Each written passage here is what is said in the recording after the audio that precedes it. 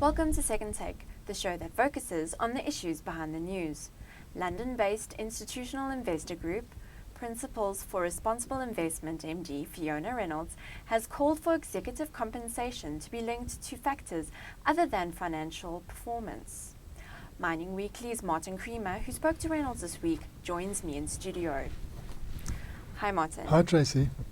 So Reynolds' sentiment came on the back of a tailings disaster at BHP Billiton's Samarco iron ore facility in Brazil. What else did you have to say on the matter? Well, this is the context, and people are now looking at the way chief executives and their management team are incentivized, and they feel, just linking it to the share price is not on, because there are so many other factors that should play a role, and among them are these safety factors, because one of the worst things a CEO can be beholden to or be in charge when it happens are the deaths of these people. And of course this is traumatizing, I'm sure, BHP Billiton, and it is really it's shocked the industry. The waves of shock are going through the industry, and everybody's checking on their tailings dams to see how they are. They're reviewing how they build these, the age of them, what the extreme situations could cause, because every now and again you could have a thunderstorm or you could have a big storm that might be different to what people have bargained on and calculated. And we had our own tragedy.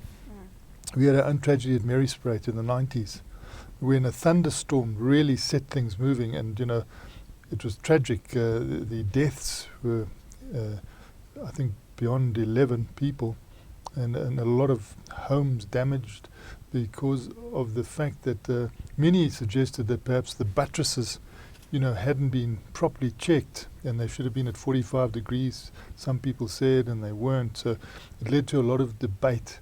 And but in this era now, I'm sure the consequences of Maryspruit would have been far greater.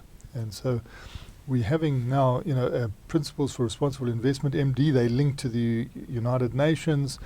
I see, major companies are now saying, we adhere to their principles.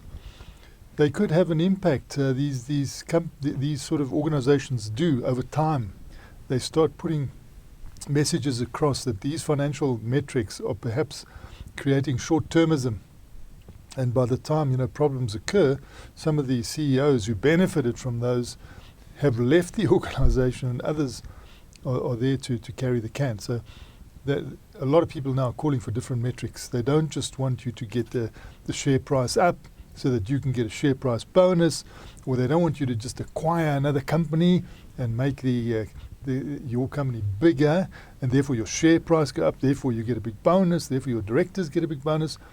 They see conflicts of interest there, and they're saying that this must end. It's not only since this tragedy, but of course it's been highlighted, and I think the reactions here are already coming through fast and furious, and it seems as though some of the civil suit claims, are going to be very, very high. Whether the people can actually get the money that they're claiming is another story, but you can imagine how tense it's going to be for these major companies, as it was for BP in that oil spill in the Mexican Gulf. It went on for a long time, and the claims were huge.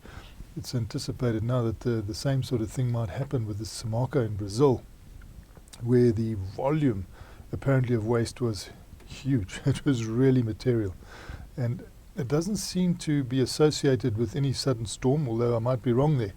And people are quite anxious to know exactly what caused this.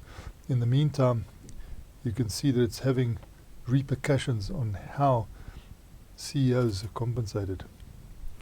And what is BHP Billiton doing in terms of the disaster? Yeah, well, you see, they've had their AGM today. They've set up a fund which is beyond the $200 million mark, a relief fund, together with Vale, because Vale is also involved. It's not just BHP Billiton. And one would say, because it's in Brazil, one should look at Vale first. But the owners are BHP Billiton and Vale. And then there's an independent operator, Samarco. So what happens is that when there's a tragedy like this, they look directly at the big shareholders, and these are two of the biggest mining companies in the world. They obviously on the ground there. They're all over the place, checking on what's happening. You can see that it's had a repercussion with South 32, which actually is a spin-off from BHP Billiton.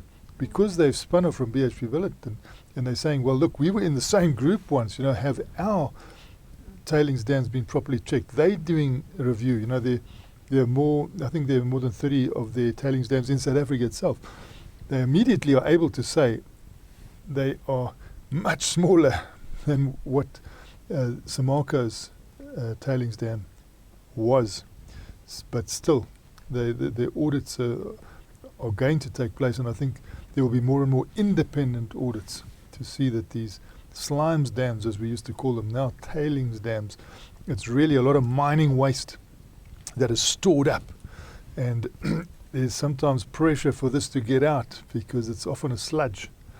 And we know with the Maryspruit, once that rain came, the dam walls burst. The incentivizing of executive management's performance is another theme that came out at the Joburg Indaba recently. What was said around that? A lot was said about it. In fact, they had a whole panel discussion. Some of the top fund managers, some of the top people who are analysing these things in South Africa, they were on the stage, and all of them condemned this linking to the share price.